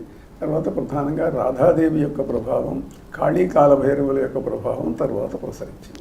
అంటే స్వామి మామూలుగా ఈ మంత్ర శాస్త్రంలో ఈ దశమహా విద్యలు అనేవి చాలా శక్తివంతమైనవి, చాలా ప్రమాదకరమైనవి, అందరూ చేయకూడదని, తర్వాత దానికైతే చాలా చెప్తుంటారు కదా స్వామి. దాన్ని మనం ఎలా చూడాలి స్వామి ఆ విద్యలని? అది ప్రమాదకరమేం కాదండి, కానీ శక్తి కలిగినటువంటివి. శక్తిలో దీంట్లో విశేషం ఏమిటి అని అంటే మనం చేసే మార్గాన్ని బట్టి ఉంటుంది. కేవలం జపైస్తుష్యంతి దేవాశ్చ, కేవలం జపం చేతనే దేవతలు సంతోషిస్తారు. జపం చేత సాధించడం సాధ్యం కావటం లేదు. కొన్ని లక్షల కోట్లు చేసినా కూడా చాలామంది అయ్యో మాకే అనుభూతి రావటం లేదు అంటుంటారు. అట్లాంటప్పుడు ఏమిటంటే ఇతర సహాయం, ప్రకృతి యొక్క సహాయం, అంటే పూజ చేయటం, అభిషేకం చేయటం, హోమం చేయటం, వీటి వల్ల దేవతలను తొందరగా మనం ఆకర్షించవచ్చు. ఇప్పుడు ఓ దేవత ఉన్నది, ఆ దేవతకు నైవేద్యం పెడితే కొంచెం తొందరగా వస్తుంది. అట్లా తీవ్ర దేవతలకు ఏమిటి అని అంటే వాళ్ళకు కావలసినటువంటి నైవేద్యములు, బలులు కనుక సమర్పించకపోయేటట్లయితే అవి సంతృష్టి చెందవు. ఆ తీవ్ర దేవతలలో మాత్రం అంటే కాళీ, భైరవుడు, ప్రత్యంగిర, చిన్నమస్త ఇలాంటి దేవతలు కేవలం తపస్సు చేసుకునే వాడికి ఏ ఇబ్బంది లేదు. కానీ తీవ్రంగా వేగంగా రావాలి అని అంటే మాత్రం ఈ నైవేద్యములు, బలులు ఇవ్వాలి. బలులంటే నేను వామాచార సంబంధమైనవి అంగీకరించం కనుక ఇంతసేపటికి ఏమిటనంటే కుంకుమ కలిపిన అన్నము, దధిమాష బలి, లేకపోయేటైతే నిమ్మకాయలు, కొబ్బరికాయలు, గుమ్మడికాయ అది జంతు బలితో సమానంగా చెప్పబడింది. అంటే మామూలు ఈ సాత్వికంగా ఉండే మంత్రాది దేవతలతో పాటు ఈ దశమహా విద్యలో ఉండే తీవ్ర దేవతలను కూడా ఉపాసించడం వల్ల అదేమి తప్పేం కాదంటారు? తప్పేం కాదండి, ఎవరైనా చేయొచ్చు. ఎవరైనా చేయొచ్చు. అయితే అనుసరించే మార్గాన్ని బట్టి, చేసే పద్ధతిని బట్టి ఉంటుంది. దేవతలకి ఏమిటంటే ఒకటి అలవాటు చేస్తే అది పెట్టాలి, అలవాటు చేయనంత కాలం ఏం పర్వాలేదు. అంటే ఒక్కొక్క రంగంలో ఉండేవాళ్ళు ఒక్కొక్కరికి ఆ రోజు ఏదో ఒక ప్రేరణ కలుగుతుంది, ఒక స్ఫూర్తి ఉంటుంది స్వామి. మీకు దైనందినంలో మీరు ఆ రోజున మీరు దేంతో మీరు స్ఫూర్తిని తీసుకుంటారు స్వామి? అది ఇది అన్న ప్రశ్న ఏం లేదు. ఎందుకంటే నాకు కొంతకాలం దాకా నా సాధన, ఆ తర్వాత వాళ్ళ ప్రేరణ, అందువల్ల వాళ్ళు ఎప్పుడు ఏది చేయమంటే అది చేయటం జరుగుతుంది. ఇప్పుడు కాళీ మంత్రం, భైరవ మంత్రం నేను ఎన్నుకున్నవి కాదు, ఆ దేవతలు ఇస్తే చేశాను నేను. వాళ్ళు ఇచ్చారు కాబట్టి అనుగ్రహం తొందరగా వచ్చింది. అలానే రాధాదేవి, బృందావనేశ్వరి, ఆమె ఎన్నో జన్మల యొక్క స్మృతిని కలిగించింది, కాళీదేవి కలిగించింది. అది వాళ్ళు కొంత దూరం పోయిన దాకా శిష్యుడు గురువు కోసం వెతుకుతూ ఉంటాడు, తిప్పలు పడుతుంటాడు, వాడి కాళ్ళు పట్టుకుంటాడు, వీడి కాళ్ళు పట్టుకుంటాడు. అసలు గురువు దొరికిన తర్వాత ఆ గురువే శిష్యుడిని తీసుకెళ్తూ ఉంటాడు. అంటే మంత్రం గురువు ఉపదేశం ద్వారా తీసుకోవాలి స్వామి, స్వయంగా కూడా కొన్ని మంత్రాలు చేయొచ్చా స్వామి? దానికి ఎలా అంటే దాంట్లో మేరు తంత్రంలో మీరు అడిగిన ప్రశ్నకు సమాధానం చెప్పారు. అంటే గురువులను వెతుకుతూ ఉంటాము, మనకు మంత్రాలు చెప్పే గురువులు చాలామంది దొరుకుతారు, ఇస్తారు, చేస్తుంటాము. ఎంత చేసినా ఏ రకమైన అనుభూతి రాదు, పని అయిందో కాదో తెలియదు. అందువల్ల విశ్వాసం తగ్గుతూ ఉంటుంది. అందువల్ల నీకు నచ్చిన గురువు దొరక్కపోతే ఫలానా మంత్రం చెయ్యాలి, కానీ దాన్ని చెప్పే గురువు నాకు సరి అయిన వాడు దొరకలేదు, ఆ వ్యక్తుల మీద ఇస్తానన్న వాళ్ళు ఉన్నారు కానీ నాకు నమ్మకం లేదు అంటే దానికి మేరుతంత్రం నేను చెప్పారంటే నువ్వు ఏ మంత్రాన్ని చేయదలుచుకున్నావో దాన్ని ఒక తాటాక మీదనో భూర్జపత్రం మీదనో ఉంటే ఆ గ్రంథాలు రాసేనాటికి అవే కాబట్టి తీసుకెళ్ళి శివాలయంలో వెళ్ళి శివలింగం ముందు పెట్టి పూజ చేసి నమస్కారం చేసి ఆ మంత్రాన్ని తీసుకో, శివుడే గురువు కింద భావించి చెయ్యి, తప్పులేదు అని. మీకు మొట్టమొదటిగా మంత్రం మీకు ఎలా ప్రవేశించింది స్వామి జీవితంలో? మీకు గురు ఉపదేశం ద్వారా వచ్చిందా, ఎలా వచ్చింది స్వామి? నాకు పంచాక్షరి ఒకటి, ఆ తర్వాత కాళీ మంత్రం ఒకటి, భైరవ మంత్రం ఒకటి, రాధా మంత్రం ఒకటి, ఇవి దేవతలు వాళ్ళే స్వయంగా ఉపదేశించారు. అంటే ఇప్పుడు మీరు చాలా మంత్రాలు చేశారు కదా స్వామి, అనేక హనుమత్ మంత్రం చాలా దేవతలు చేశారు. అంటే మీకై మీరు స్వయంగా దర్శనం చేసుకొని మంత్ర దర్శనం జరిగిందని చెప్పాలా, దాన్ని ఎలా చూడాలి స్వామి? అంటే ఒకటి, ఈ దేవతలు మంత్ర సాధన జరుగుతున్నది, ఏదో మంత్రాలు చేస్తున్నాం, శివ పంచాక్షరి చేస్తున్నాం, వజ్రభైరవచరి చేస్తున్నాం, అనుభవాలు వస్తున్నాయి, కొంత దూరం వెళ్తూ ఉన్నది.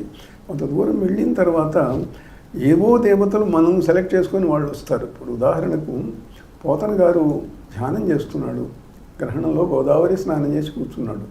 ఆయన శివుని గురించి ధ్యానం చేస్తున్నాడు, రాముడు వచ్చి కనిపించాడు. శివుని గురించి చేస్తుంటే రాముడు ఎందుకు కనిపించాడు అంటే రాముడు కనిపించవలసిన సమయం వచ్చింది, రాముడు అనుకున్నాడు, కనిపించాడు. అట్లనే దేవతా సాధనలలో కూడా మనం ఏదో చేస్తుంటాము, చేయవచ్చు, కానీ సమయం వచ్చినప్పుడు మనం చేయటంతో సంబంధం లేని దేవతలు వచ్చి మనకు కనిపించిన ఇది చేయి ఇది చేయి అని చెప్పి చెబుతూ ఉండొచ్చు. అట్లాంటివి చాలా జరిగింది. ఇప్పుడు చాలామంది గురువు ద్వారానో ఎవరి ద్వారానో మంత్రాలు తీసుకుంటున్నారు స్వామి. మీ మంత్రాలన్నీ మీరు ఎక్కడి నుంచి తీసుకున్నారు స్వామి? ఇవి మీరు ఉపాసించే మంత్రాలన్నీ మీరు ఎక్కడి నుంచి తీసుకున్నారు? ఇప్పుడే చెప్పాను కదా, అదే మార్గం. ఇప్పుడు కొన్ని సాక్షాత్తు దేవతలు ఇచ్చిన తర్వాత ఇతర మంత్రాలన్నింటికి కూడా ఒక మంత్రశాస్త్రంలో ఒక సిద్ధాంతం ఏమిటి అని అంటే, ఏక విజ్ఞానేన సర్వ విజ్ఞానం భవతి. ఒక దేవత అనుగ్రహం వచ్చిన తర్వాత మనం ఏ మంత్రమైనా స్వతంత్రించి చేయొచ్చు. ఇప్పుడు మీరు రామకృష్ణ పరమహంస జీవితం చూడండి, కాళీ మంత్ర సిద్ధుడైన తర్వాత ఇతర దేవతలను చూద్దాము అని అనిపించింది. మాల పట్టుకొని ఒక్క మాల 108 సార్లు తిప్పేసరికి దేవత ఎదురుగా కూర్చుంటేది. అంటే ఒక అనుగ్రహం వస్తే ఆ తర్వాత ఏ మంత్రమైనా చేయొచ్చు, ఏ మంత్రమైనా ఇతరులకు ఉపదేశించవచ్చు. అంటే అనుగ్రహం రావాలంటే సామాన్యులు ఏం చేయాలి? ఆ సామాన్యుడు తపస్సు చేయాలి. యద్దుష్కరం యద్దురాపం యద్దుర్గం యచ్చదుస్తరం తత్సర్వం తపసా సాధ్యం. ఏదైనా సరే తపస్సు చేయాలి, వేరే మార్గం ఏం లేదు. అంటే మంత్రాన్ని మననం చేయటం స్వామి? మంత్రం కొన్ని వేల లక్షల కోట్ల సార్లు చేయటం మాత్రమే కాక స్థలము సమయము ఈ రెండు అత్యంత ప్రధానములు. మీరు పురాణ వాంగ్మయం చదివిన వారు, కావ్యాలు చదివిన వారు ఎవరైనా చూడండి, అతడు ఇంట్లో కూర్చొని తపస్సు చేసి సిద్ధుడయ్యను అని ఎవరి గురించి అయినా ఉందే? లేదు. కాశీ వెళ్ళాను, శ్రీశైలం వెళ్ళాను, బృందానం వెళ్ళాను, హిమాలయాలకు వెళ్ళాను, అక్కడ తపస్సు చేశాను, సిద్ధుడయ్యాడు అని ఉన్నది. కనుక క్షేత్రం అత్యంత ప్రధానమైనటువంటిది. తపస్సిద్ధి కావాలి, దేవతానుగ్రహం వేగంగా రావాలి అని అంటే ఆ దేవత ఉన్న చోటికి మనం వెళ్ళాలి. క్షేత్రం సమయం కూడా అట్లాంటిదే. మహర్షులు ధ్యానం చేసే సమయంలో మనం కూడా కూర్చుంటే ఆ వైబ్రేషన్స్, ఆ స్థితిలోకి మనం వెళ్ళగలుగుతాం. తెల్లారుజామున జపం చేయమంటారు. ఎందుకు చేయమంటారు? తెల్లారుజామునే లేచి మహర్షులందరూ కూడా ధ్యానం చేస్తుంటారు. ఆ సమయంలో కూర్చుంటే వాళ్ళ భావ తరంగాలు మన మీద ప్రసరిస్తూ ఉంటాయి, మనలోకి వస్తుంటాయి. అటనే తీవ్ర సాధకులు అర్ధరాత్రి చేస్తుంటారు. అర్ధరాత్రి నిశా సమయాలలో యా నిశా సర్వభూతానాం తస్యాం జాగర్తి సంయమి. సమస్త భూతములు నిద్రపోయేటప్పుడు మహర్షి మేలుకొని ఉంటాడు.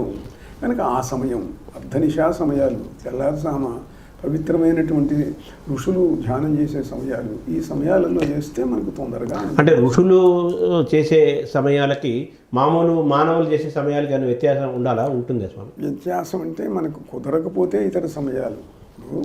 తెల్లారుజామ అనేది ఋషులందరూ చేస్తారు. సంధ్యావందనము, తెల్లారుజాము లేచి చేయటము, బ్రాహ్మ ముహూర్తము, తర్వాత సూర్య ఉదయ సమయము అందరూ అంగీకరించింది. అట్టనే సంధ్యా సమయం, సాయం సంధ్య ఉండే సమయం. నిశా సమయం. నిశా సమయం ఏమిటి అంటే మంత్రశాస్త్రంలో ఒక సిద్ధాంతం ఉంది. ఇప్పుడు మనం కూర్చొని ధ్యానం చేస్తున్నాము, శివుణ్ణి చేస్తున్నాము, ఏదో కైలాసంలో ఉన్నాడో ఏదో విష్ణుమూర్తి వైకుంఠంలో ఉన్నాడో అనుకుంటాం. జపం చేస్తే ఏమవుతుంది? మనలో ఉండేటువంటి మనం ఉచ్చరించిన శబ్ద తరంగములు తేజస్తరంగములుగా మారి అంతరిక్షంలో ఆ దేవత యొక్క కేంద్రం దగ్గరికి వెళుతూ ఉంటాయి.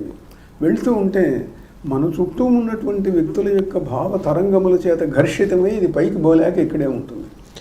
అందరూ నిద్రపోయే సమయం అయితే అప్పుడు అన్ని భావతరంగాలు ఉండవు కాబట్టి తొందరగా వెళ్తుంది.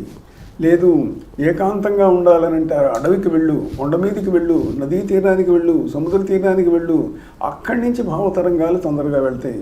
దివ్యక్షేత్రంలో కూర్చో, లక్షల మంది మనుషులు ఉన్నా కూడా ఆ దివ్యశక్తి ప్రసరిస్తూ ఉంటుంది. అంటే సంసారకమైన జీవితాన్ని గడుపుతూ ఈ మంత్ర సాధనని మీరు చెప్పిన క్షేత్రము సమయం చాలా ముఖ్యమన్నారు. సమయం అంటే మనం ప్రణాళిక చేసుకోవచ్చు. సంసారికమైన జీవితాన్ని గడిపే వాళ్ళు దీన్ని ఎలా, ఈ క్షేత్రాన్ని ఎలా సమన్వయం చేసుకోవాలి స్వామి మంత్రానికి? అది వాడి వ్యక్తిగత జీవితం అది. ఎందుకంటే ఇప్పుడు సామాన్యుడైన వ్యక్తి అని మీరు ఒక మాట అన్నారు అని అంటే మామూలు జీవితం గడుపుకుంటూ ఉంటాడు. ఏదో ఉద్యోగమో వ్యాపారమో ఏదో ఉండాలి, సంసార బాధ్యతలు ఉంటాయి. ఇవన్నీ ఉంటూ క్షేత్రానికి వెళ్ళి సంవత్సరాల తరబడి ఉంటానంటే కుదరదుగా, అందువల్ల సాధించలేడు. ఉంటే ఉన్నంతలో ఏం చేయాలంటే అవకాశం ఉన్నంతలో, అవకాశం ఉన్నప్పుడల్లా వారం రోజులు, 10 రోజులు, నెల రోజులు, 2 నెలలు ఉండి కాస్త శక్తిని నింపుకొని రావడం. అంటే ఈ క్షేత్రాలు ఏ క్షేత్రాలు ఉత్తమం స్వామి మంత్రోపాసనకి? అది భారతదేశంలో మహాక్షేత్రాలు ఎన్నో చెప్పబడ్డాయి. మామూలు ఇల్లు కంటే మీ ఊళ్ళో ఉన్న దేవాలయం, మీ ఊళ్ళో ఉన్న దేవాలయం కంటే ఓ దివ్యక్షేత్రం. ఇప్పుడు అనుకున్నట్టుగా హిమాలయాలు, కాశీ, బృందావనం, శ్రీశైలం, రామేశ్వరం ఇలాంటివి ఎన్నో దివ్యక్షేత్రాలు ఉన్నాయి. స్వామి ఈ మంత్రాలకు చింతకాలు రాలుతాయా అనే ఒక ఎప్పటి నుంచో అంటుంటారు కదా స్వామి, దానికి ఎలా మీరిచ్చే సమాధానం ఏంటి స్వామి? దానికి సమాధానం అంటూ ఎప్పుడు చిరకాలంగా ఉన్న కొత్త సమాధానాలే ఉండవు. ఇప్పుడు ఈ శాస్త్రం ఎట్లాంటిదని అంటే కొన్ని లక్షల సంవత్సరాలుగా ప్రశ్నలు వస్తూనే ఉన్నాయి, సమాధానాలు వస్తూనే ఉంటాయి.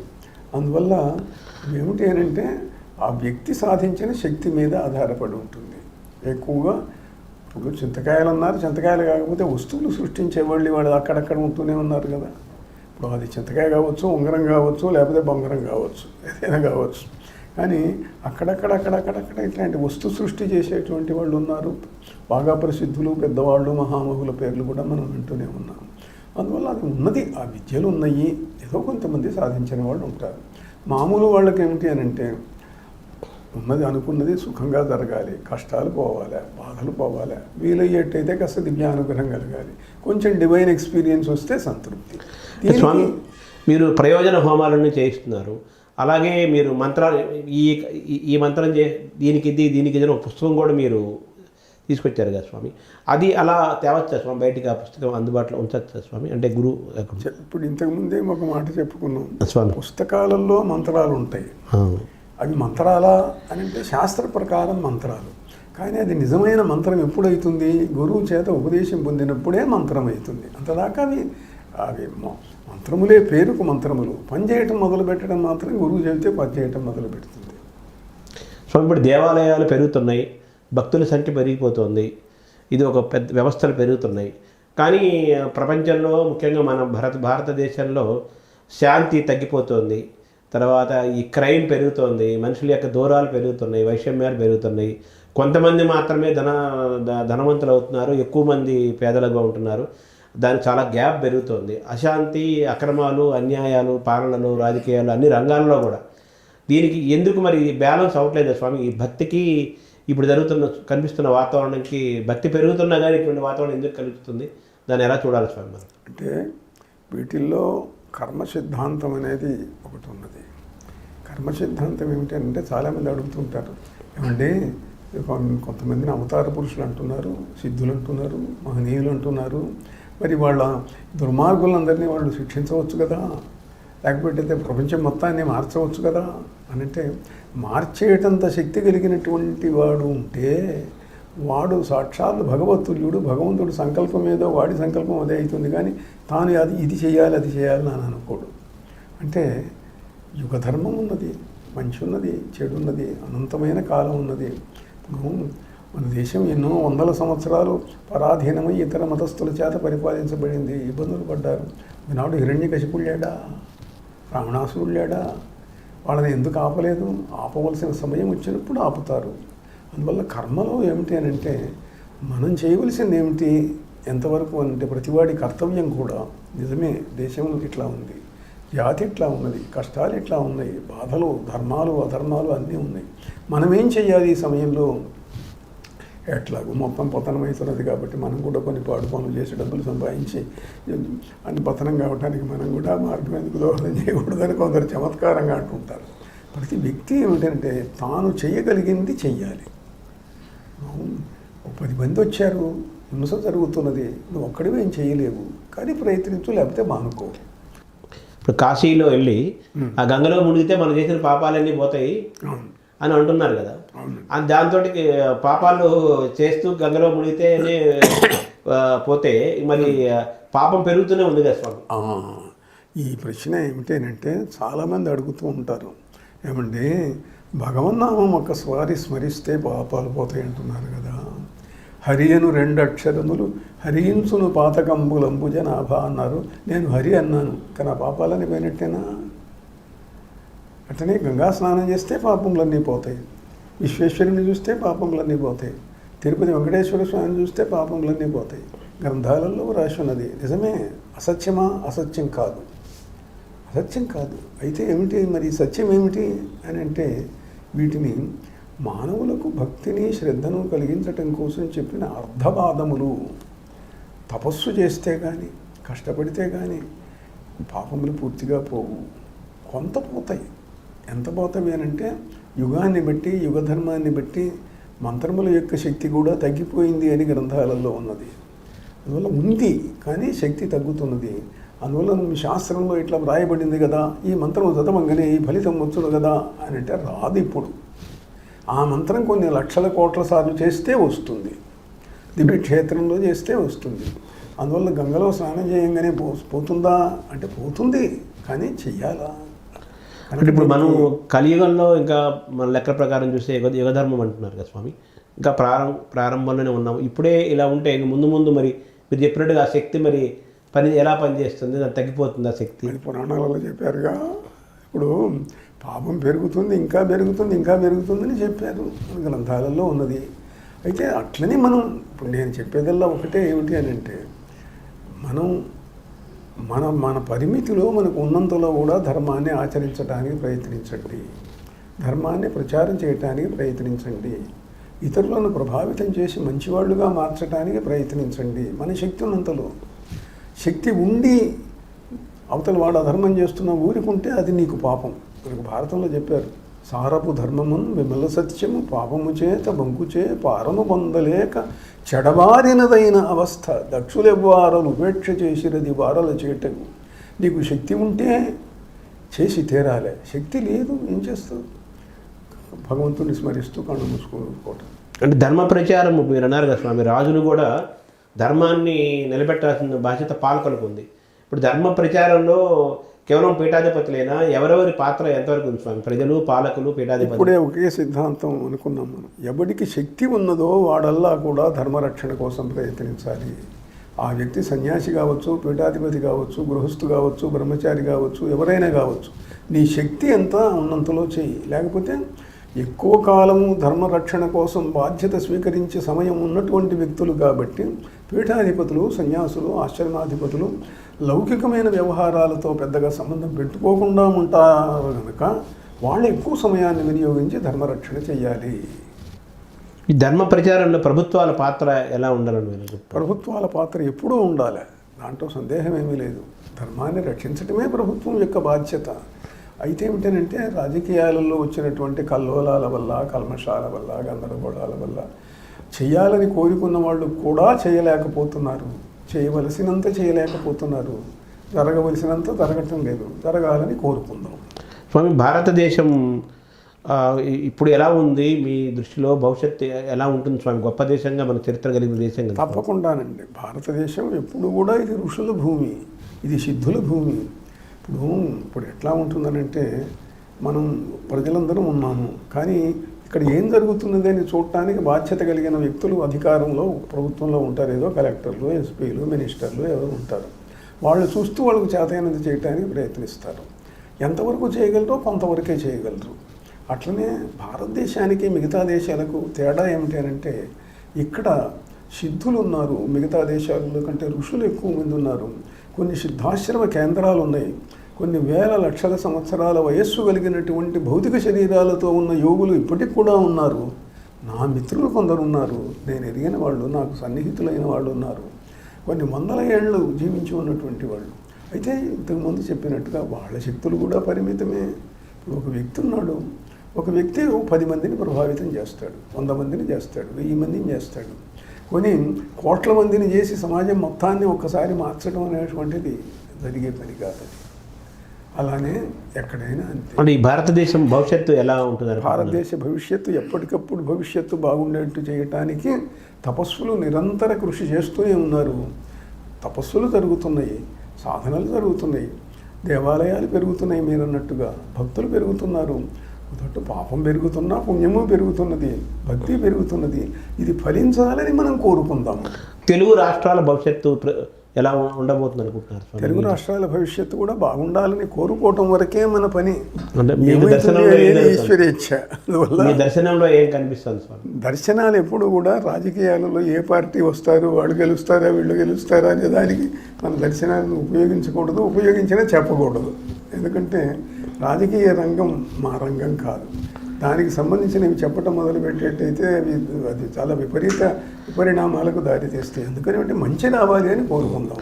మేము కోరుకునేది ఏమిటి అని అంటే సనాతన సంప్రదాయానికి చెందినటువంటి వ్యక్తులుగా హిందూ ధర్మాన్ని, ఆర్ష ధర్మాన్ని, వేద ధర్మాన్ని రక్షించే వ్యక్తులు, దేవాలయాలను కాపాడే వ్యక్తులు, ధర్మ కేంద్రములను అభివృద్ధి చేసే వ్యక్తులు అధికారంలో ఉండాలి. ఎవరన్నది ఈశ్వరేచ్ఛ.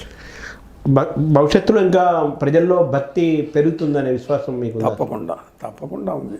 విశ్వాసం కలిగిన వాళ్ళం మనం, విశ్వాసం కలిగిన జాతి మనది, విశ్వాసం కలిగినటువంటి సంప్రదాయం మనది. అంటే ఆర్థిక మాంద్యం వస్తుంది అంటూ ఒక ప్రపంచంలో భయం వస్తుంది, దేశాలు భయపడుతున్నాయి. అలాగే ఉద్యోగాల కల్పనలోనూ యువత జరుగుతున్నాయి. వీటిని మనం చూడగలిగినటువంటి వాళ్ళు మహనీయులు చూస్తూనే ఉన్నారు. ఎంతవరకు రక్షించడానికి అవకాశం ఉన్నదో అంతవరకు తప్పకుండా ప్రయత్నం చేస్తూనే ఉన్నారు, సిద్ధులు చేస్తూనే ఉంటారు. అయితే కొన్ని జరగక తప్పదు. ఎందుకంటే సృష్టిలో ఉండేటువంటి పరిణామాలు అవన్నీ కూడా ఇప్పుడు కొందరు చక్రవర్తులు వచ్చినప్పుడు కొన్ని లక్షల మందిని సంహరించారు. రెండో ప్రపంచ యుద్ధం వచ్చింది, కొన్ని లక్షల మంది మరణించారు. ఎవరు ఆపరా అంటే ఆపడానికి ప్రయత్నించడం మన కర్తవ్యం. తపస్సు దానికోసం వినియోగించడం కర్తవ్యం. ధర్మాన్ని, జాతిని రక్షించడానికి మన శక్తిని ధారపోయాలి. అది మాత్రం మన కర్తవ్యం. అంటే పీఠాధిపతుల యొక్క గౌరవాన్ని, పీఠాల యొక్క గౌరవాన్ని కాపాడుకోవాల్సిన బాధ్యత కూడా మన వ్యవస్థల్లో ఉంది కదా స్వామి. కొన్ని పీఠాలు చాలా గౌరవప్రదంగా రాణిస్తున్నాయి, కొన్ని పీఠాలు ఆ వ్యవస్థలపైన విశ్వాసాన్ని పోగొడుతున్నాయి. తర్వాత అనేక ప్రశ్నలు ఉత్పన్నం అవుతున్నాయి. వీటిని ఎలా మనం ఎవరు దీన్ని కాపాడాలి? ఇప్పుడు ఇంతకుముందు మనం అనుకున్నట్లుగానే ఒక బాధ్యత, ఒక పని అని అంటే అది ఏదో ఒక్కడి వల్ల, ఒక ఆశ్రమం వల్ల, ఒక పీఠం వల్ల జరిగేది కాదు. అది వ్యవస్థలో ఉండేటువంటి పరిణామ క్రమంలో ధర్మబద్ధులైన వ్యక్తులు, శక్తి కలిగిన ప్రతి వ్యక్తి కూడా ధర్మాన్ని రక్షించడానికి ప్రయత్నించాలి. పతనోత్థానములు అనేక సందర్భాల్లో జాతుల్లోనూ జరుగుతుంటే, మీరన్నట్టు వ్యవస్థల్లో, పీఠాలలో, ఆశ్రమాల్లో జరుగుతూ ఉండవచ్చు. దానికి కాదనటం ఏం లేదు. ఎందుకంటే వ్యక్తులకు ఉండేటువంటి బలములు, బలహీనతలు ఎన్నో ఉంటాయి మానవ సమాజంలో. కానీ ధర్మరక్షణ శక్తి కలిగిన వాడు తప్పకుండా దాన్ని ధర్మాన్ని రక్షించడానికి, అధర్మాన్ని తొలగించడానికి ప్రయత్నం చేస్తూ. సో కుర్తాళ పీఠం వచ్చేసరికి చాలా శక్తివంతమైన పీఠం. తమిళనాడు ప్రాంతంలో, కేరళ బార్డర్లో తెలుగు మౌనస్వామి స్థాపించిన పీఠం. ఆ పీఠం పరంపర చాలా అద్భుతంగా ఇప్పటిదాకా సాగింది. ఒక సమయంలో పివి నరసింహరావు గారు కూడా కుర్తాళ పీఠాధిపతి అవ్వాల్సిందని అంటుంటారు స్వామి. అది నిజమేనా స్వామి? నిజమేనండి, నిజమే. మా పూర్వులు చెప్పారు, పెద్దలు చెప్పారు, త్రివిక్రమ రామానంద భారతీ స్వామి వారు చెప్పారు. వారు దాదాపు సిద్ధమై కాషాయ వస్త్రాలు కూడా తెప్పించుకున్నారని, ఈలోపు వచ్చినటువంటి రాజకీయ పరిణామంలో ఆయన ప్రధానమంత్రి అయినారని, దానివల్ల ఎక్కువ దేశానికి సేవ చేయటం కోసం ఆయన వెళ్ళారని పెద్దలు చెప్పారు. స్వామి, ఈ కుర్తాళ్ళ పీఠం అనేది కేవలం ఈ నియోగులనే పీఠాధిపతిగా ఉండాలనేది అది అంటుంటారు కదా స్వామి, అది కరెక్టేనా స్వామి? అది ఎందుకు అలా అంటారు? మౌనస్వామి ఇప్పుడు పీఠాధిపతులు ఒక్కొక్కరు కొన్ని నియమాలు ఏర్పరుస్తారు. ఆ నియమాలను పాటించడం ఆ పీఠం యొక్క విధి. అందులో మౌనస్వామి విధించినటువంటి నియమాలను పాటిస్తాము, పాటించడం జరుగుతున్నది. స్వామి, కుర్తాళ్ళ పీఠం యొక్క అనుబంధ సంస్థలు ఉన్నాయి, పీఠం తాలూకు దేవాలయాలు చాలా ప్రాంతాల్లో ఉన్నాయి. ఇప్పుడు ఇక్కడ ఈ శక్తిపీఠం మీరు ఎందుకు స్థాపించారు? ఇది కుర్తాళ్ళ పీఠంకి దీనికి ఏమైనా అనుబంధం ఉందా? దీన్ని ఎలా చూడాలి స్వామి? కుర్తాళపీఠ ప్రేరణ ఉన్నది. ఇది రెండవ కుర్తాళంగా భక్తులందరూ భావిస్తున్నారు. మహిళలకు ప్రత్యేకంగా ఒక పీఠం పెట్టి మహిళాభ్యున్నతి కోసం కృషి చేయాలా అని చెప్పి, దానికోసం తన శక్తిని, సమస్తాన్ని త్యాగం చేసేటువంటి వ్యక్తులు కావాలా అని దానికోసం ఒక వ్యక్తిని ఎన్నుకొని ఆమెకు వివాహం కాకుండానే సన్యాస దీక్ష ఇచ్చి పీఠాధిపతిని చేసి ఈ వ్యవస్థను అప్పగించడం జరిగింది. ఇది ప్రత్యేకంగా ఒక విశేషాన్ని సాధించడం కోసం, మహిళల కోసం ఏర్పరచబడినటువంటి ఒక శక్తిపీఠం ఇది. ఈ తరహా శక్తిపీఠాలు ఇంకెక్కడైనా భవిష్యత్తులో వచ్చే అవకాశం ఉందా స్వామి? అది అవకాశాన్ని బట్టి చూడాలి పరిస్థితులు. ఎందుకంటే పీఠం వస్తుందా రాదా అనేది రావాలని కోరుకుందాం ఎప్పుడు కూడా. అంటే కుర్తాలపీఠం ఇంకా ఇంకేమైనా ప్రణాళికలు ఏమైనా ఉన్నాయి స్వామి? ఇంకా కొత్తగా చేయబట్టే కార్యక్రమాలు పీఠానికి ఉన్న ప్రధాన ప్రణాళిక ఒకటి ఉన్నది. అదేమిటంటే పీఠములు వేద పాఠశాలలు పెడుతుంటాయి, జ్ఞానబోధ చేస్తూ ఉంటాయి, ధర్మాన్ని రక్షించడానికి కార్యక్రమాలు చేస్తూ ఉంటారు. ఇతరులు ఎక్కువగా చేయనిది ఏమిటి అంటే మంత్రశక్తి చేత ప్రజలకు ఉపకారం చేయటము. అందరూ యజ్ఞాలు చేస్తారు, కానీ ప్రజలకు కష్టాలు వచ్చినప్పుడు డాక్టర్ మందులు ఇస్తాడు. మనం వచ్చి ఎవరైనా కష్టంతో వచ్చిన వాడికి నాయన సమస్తము బ్రహ్మ పదార్థమే, అన్నీ ఒకటే, నువ్వు బాధను సుఖాన్ని ఒకటిగా భావించు అని చెప్పి పంపిస్తే అట్లా ఆ బాధ తీర్చాలి. వాడికి వచ్చిన కష్టాన్ని పోగొట్టాలనంటే మంత్రశక్తి కావాలి. మంత్రశక్తి కావాలంటే తపస్సు చేయాలి. ఆ తపస్సు చేయటానికి కేంద్రం కుర్తాళం. అక్కడ వచ్చి కూర్చొని కొన్ని వేల లక్షల కోట్ల మంత్ర జపం చేసి తపస్సు చేసి మా చేత శిక్షణ పొంది ఇతరులకు ఉపకారం చేసేటువంటి వ్యక్తులను తయారు చేసి ఈ మార్గంలో కొన్ని వేల లక్షల మందికి ఉపకారం చేస్తున్న పీఠం కుర్తాళపీఠం. నమస్కారం స్వామి. నారాయణ. మంచి ప్రశ్నలు అడిగారు. శుభం భూయాత్. కుర్తాల స్వామి వారితో మనం సాహిత్యము, మంత్రశాస్త్రము, తంత్రశాస్త్రము, వ్యాయామము, యోగ విద్య, ధర్మ ప్రచారము, పాలకుల బాధ్యత, ప్రజల బాధ్యత, భక్తి, వీటన్నిటి గురించి కూడా మనం స్వామివారు చాలా మనకు వివరంగా చెప్పారు. భారతదేశం ఎప్పుడు అఖండంగా వెలుగుతూనే ఉంటుందన్నారు. ఎవరి శక్తి మేరకు వారు స్వయంగా సాధన చేయడంతో పాటు ప్రజలకి, దేశానికి ఉపయోగపడేటట్లుగా తయారవ్వాలని కూడా స్వామివారు సూచిస్తున్నారు. ధర్మ ప్రచారం అందరి బాధ్యతగా స్వామివారి ఆదేశం. నమస్కారం.